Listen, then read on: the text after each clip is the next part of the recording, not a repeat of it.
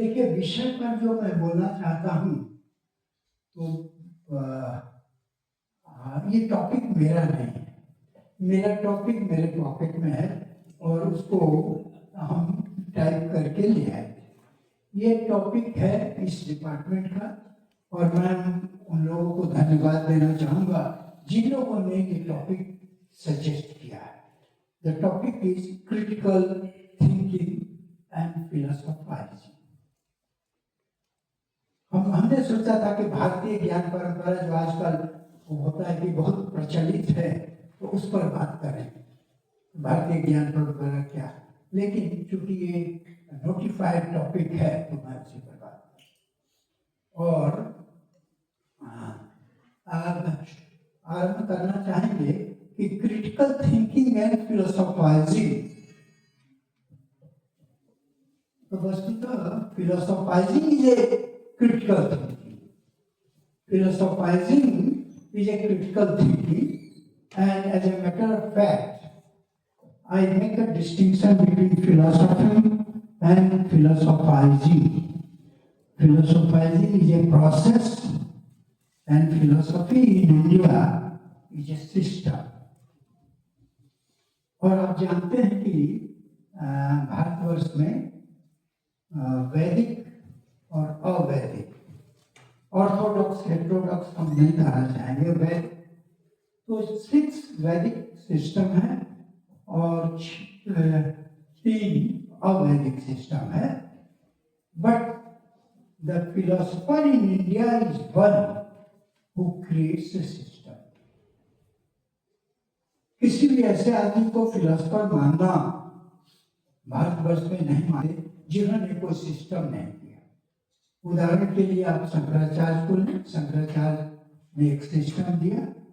आप कपिल को लें, कणाद को लें, महात्मा बुद्ध को लें, इवन चारवाक सिस्टम, आचार्य बृहस्पति, तो जितने भी हुए वैदिक और अवैदिक 2 तरह का जो दर्शन भारतवर्ष में है, जिसको कि अंग्रेजी में ऑर्थोडॉक्स और हेटेरोडॉक्स का ये संज्ञा देते हैं, तो philosopher is one who creates a system, but philosophizing is a process. अब यहाँ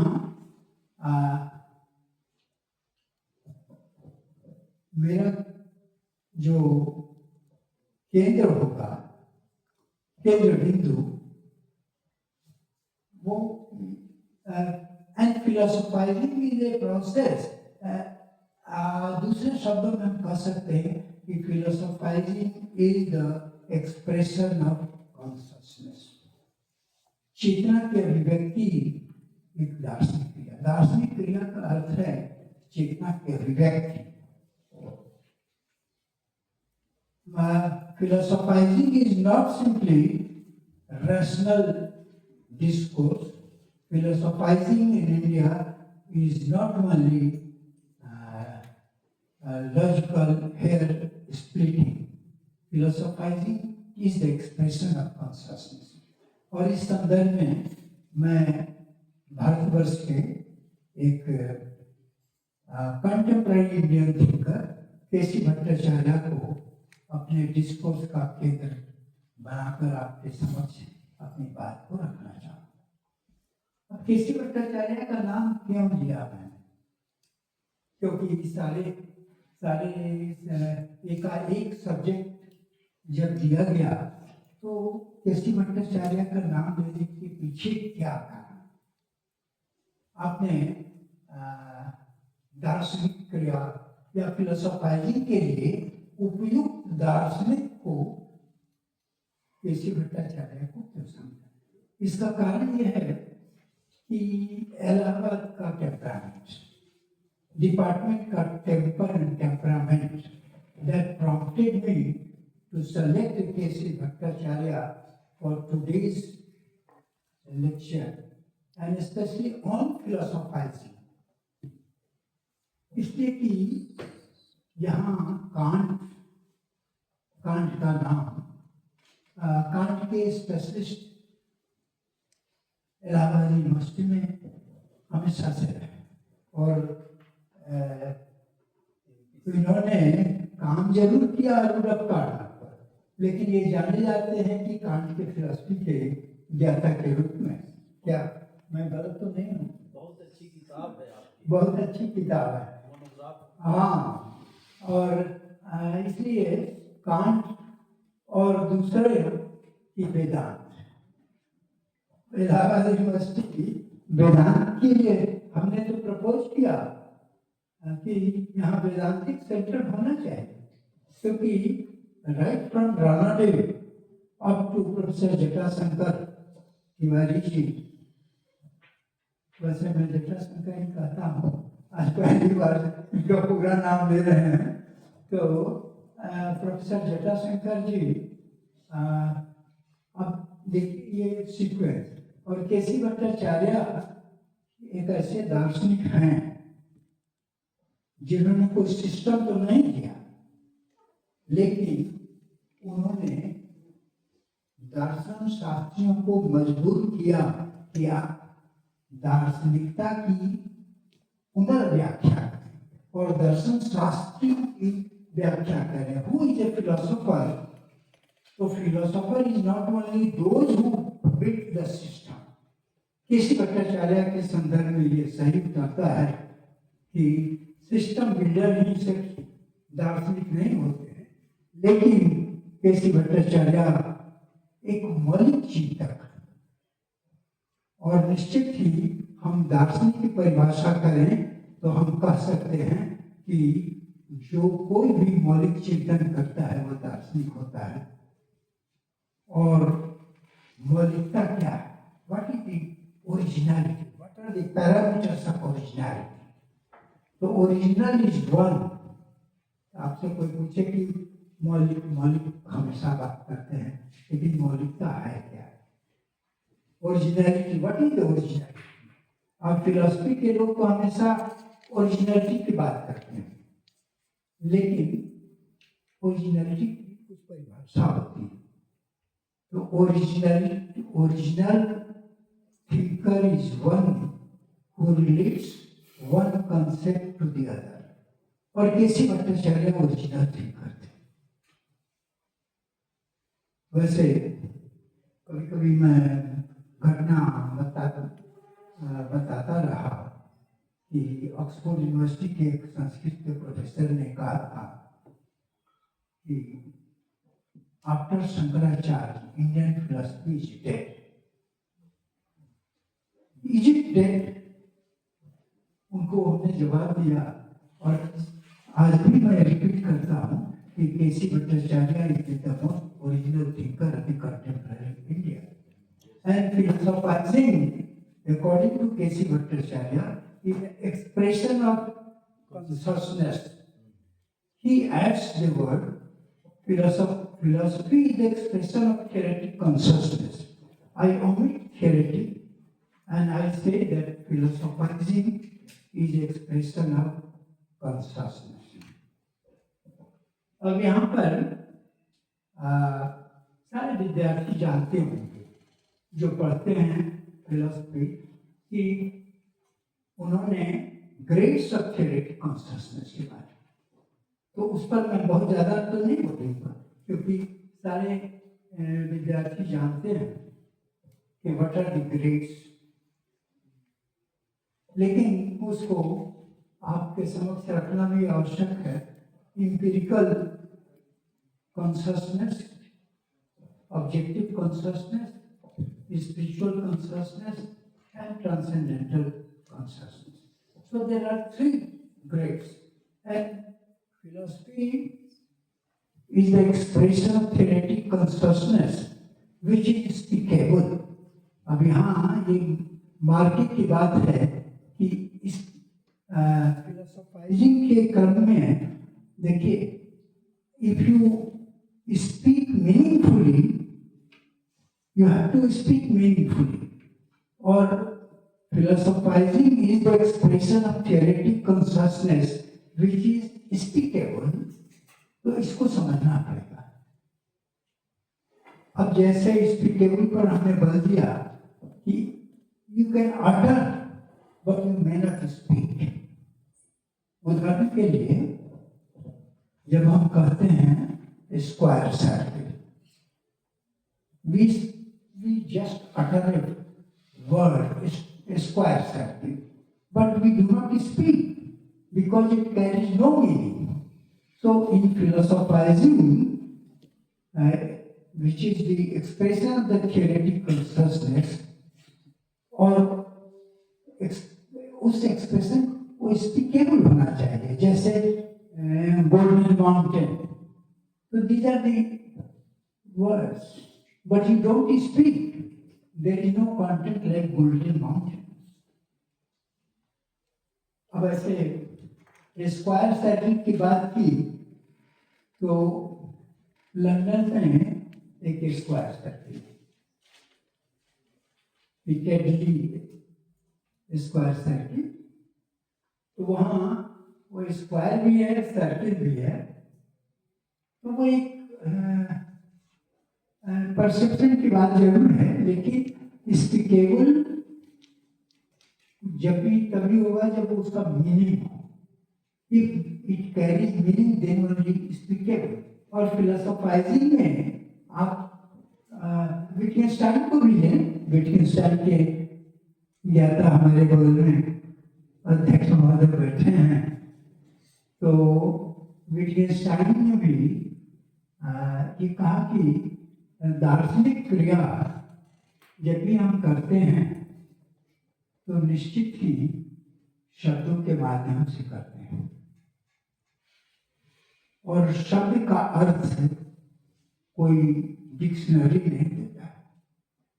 शब्द का अर्थ एक आम आदमी, साधारण आदमी जो पान की दुकान पर बैठा है, या किसी गली कूची में बैठा है, या किसी खेत खलिहान में हल जोतता है, शब्द का अर्थ वही देता है। ये विटगेनस्टाइन का कहना है। उसकी किताब है इन्वेस्टिगेशन, आप तो जानते हैं। और हमने आपसे कहा कि हमारे जो टीचर थे वो 15 मिनट तक स्टूडेंट से बोलते नहीं थे, और जब बोलते थे तो एक ही चीज बोलते थे कि इस किताब का नाम बोलते थे। That was the way he educated his students. तो हमको भी ऐसा मौका लगा, हमारे टीचर थे प्रोफेसर राजेंद्र प्रसाद जी, तो 15 मिनट बैठने के बाद एक सेंटेंस उन्होंने बोला कि blue and the brown book क्या मार्केट में उपलब्ध है? हाँ, अब हम मार्केट में घूम रहे हैं कि blue and the brown book कहाँ है, और दुकानदार ने पूछा कि ऑथर का नाम बोलिए। हमने कहा कि ऑथर का नाम तो उन्होंने बताया नहीं, और फिर हमारी हिम्मत नहीं हुई कि उस समय ऑथर का नाम पूछें।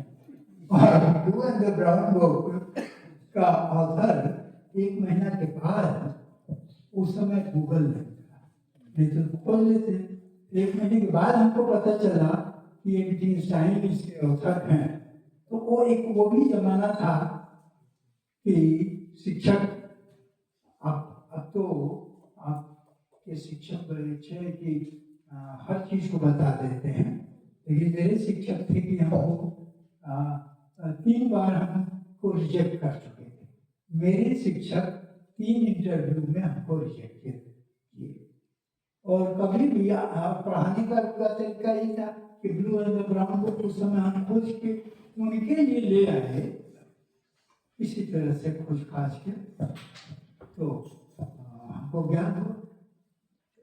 ये हम कहते कि there are different grades of consciousness, और उस ग्रेड्स में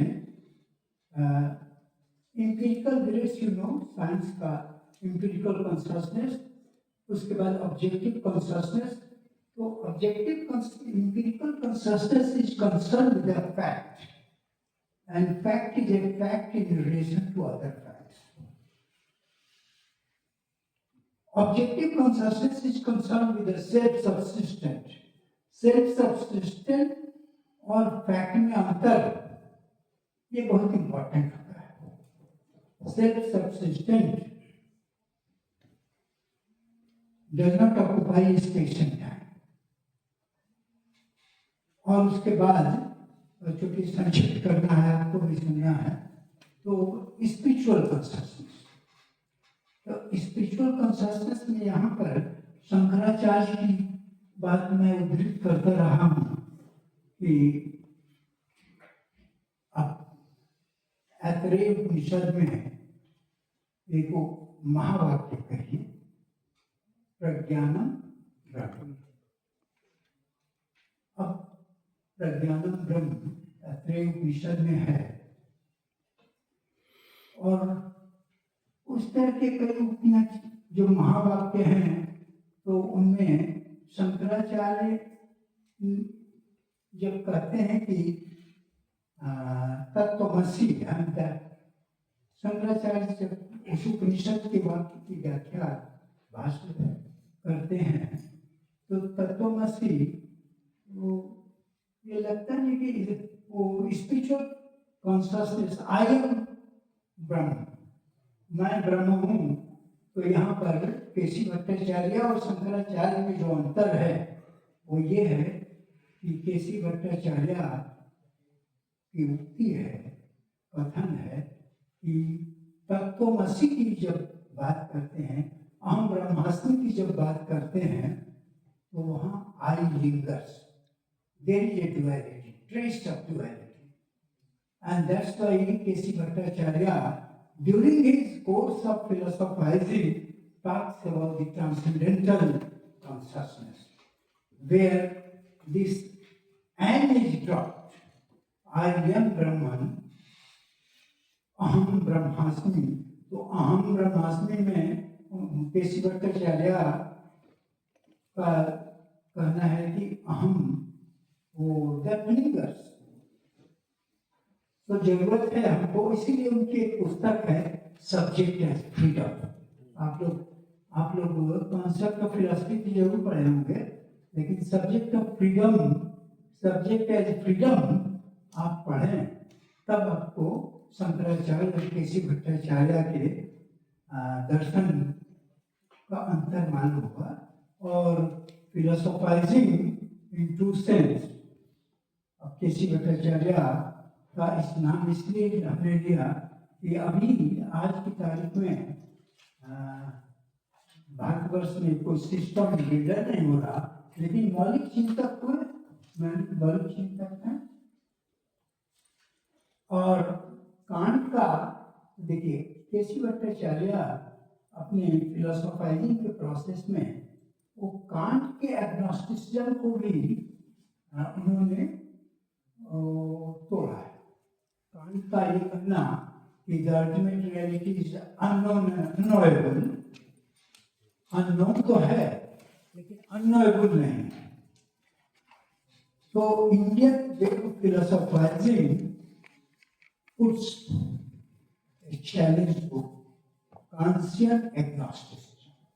वो शंकराचार्य का भी आप शंकराचार्य को भी ले सकते हैं, और शंकराचार्य के साथ साथ केसी भट्टाचार्य ने शंकराचार्य को के प्रोसेस ऑफ फिलोसोफाइजिंग और कांट के प्रोसेस ऑफ फिलोसोफाइजिंग दोनों को ध्यान में रखते हुए उन्होंने ये कहा कि ultimate reality is of course unknowable, but unknown but it is not unknowable. वो ऐसा नहीं कि उसको हम नहीं जान सकते हैं। और वहीं पर आत्मबोध की बात आती है। शंकराचार्य के छोटी पुस्तक जिसका कि मैं अक्सर चर्चा करता रहता हूँ, आत्मबोध। तो philosophizing is a kind of self awareness. Philosophizing is in India is not a ratiocination. It is not here speaking logic only. It is not only rational discourse. It is not only rational inquiry. Philosophizing in Indian context and in the context of the Kesi Bhattacharya is realize the self, self awareness. और वो जब वो transcendental consciousness की बात करते हैं तो वहाँ पर कोई ड्युअलिटी नहीं रहती है, और निश्चित ही एक अवदान है किसी भट्टाचार्य। और जहाँ तक मेथोडोलॉजी की बात है, क्योंकि any discourse on philosophizing will be incomplete if I do not talk about methodology. So naturally, the methodology used by K.C. Bhattacharya is a cognitive methodology. There are several methodologies in philosophizing के लिए बहुत सारे methodology हैं, जिसमें कि phenomenological methodology है, historical methodology है, analytic methodology है। 7-8 मेथोडोलॉजी का नाम आप ले सकते हैं, लेकिन जो केसी भट्टाचार्य ने मेथोडोलॉजी इस्तेमाल किया है वो है कॉग्निटिव इनवर्टाइजेशन। कॉग्निटिव इनवर्टाइजेशन, अब इस मेथोडोलॉजी की व्याख्या करने के संदर्भ में विषय और विषय, सब्जेक्ट ऑब्जेक्ट का relation and how this subject through cognitive inwardization subject gets freedom every stage में। जैसे सब्जेक्ट empirical stage में, empirical consciousness में, there is a relationship between the subject and object that is in the space and time। उसके बाद जब वो अपने को बाहर से अंदर की ओर जाना, संक्षेप में कहें तो कॉग्निटिव इनवर्टाइजेशन है। तो किस तरह से वो सेल्फ सब्सिस्टेंट की बात करते हैं, उसके बाद वो स्पिरिचुअल कॉन्शसनेस की बात करते हैं, और फिर ट्रांसेंडेंटल कॉन्शसनेस की बात करते हैं। ऑब्जेक्ट से सब्जेक्ट की ओर आना, ये कॉग्निटिव इनवर्टाइजेशन का प्रोसेस है अकॉर्डिंग टू केसी भट्टाचार्य। और अंत में वो जिस प्रोसेस से, कॉग्निटिव इनवर्टाइजेशन से बाहर से अंदर की ओर आते हैं, और भारतीय दर्शन में तो ये ऑब्वियस इज ऑब्वियस, अंदर की ओर हमारी यात्रा होती है दार्शनिक क्रिया के संदर्भ में। और दार्शनिक क्रिया जब करते हैं तो बाहर से अंदर की ओर आते हैं, और अंदर में एक ऐसे स्तर पर आते हैं जहाँ हम तत्वमसी और अहम ब्रह्मास्मि उच्चारित करते हैं। और बाद में किसी भट्टाचार्य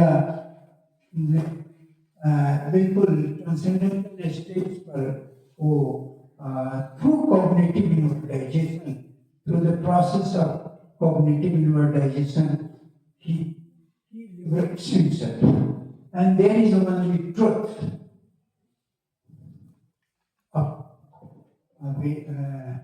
वेद उपनिषद में भी वो सतस्य सत्यम की बात की गई है। तो ट्रुथ को हम 3 दृष्टिकोण से देख सकते हैं, मेटाफिजिकल, एथिकल और लॉजिकल। तो metaphysical truth is the truth of all truths, सतस्य सत्यम। लेकिन एथिकल ट्रुथ भी है जिसमें सत्य और असत्य, लॉजिकल ट्रुथ भी है जिसमें कि ट्रू एंड फॉल्स प्रोपोजिशंस। तो ट्रुथ कैन बी अंडरस्टूड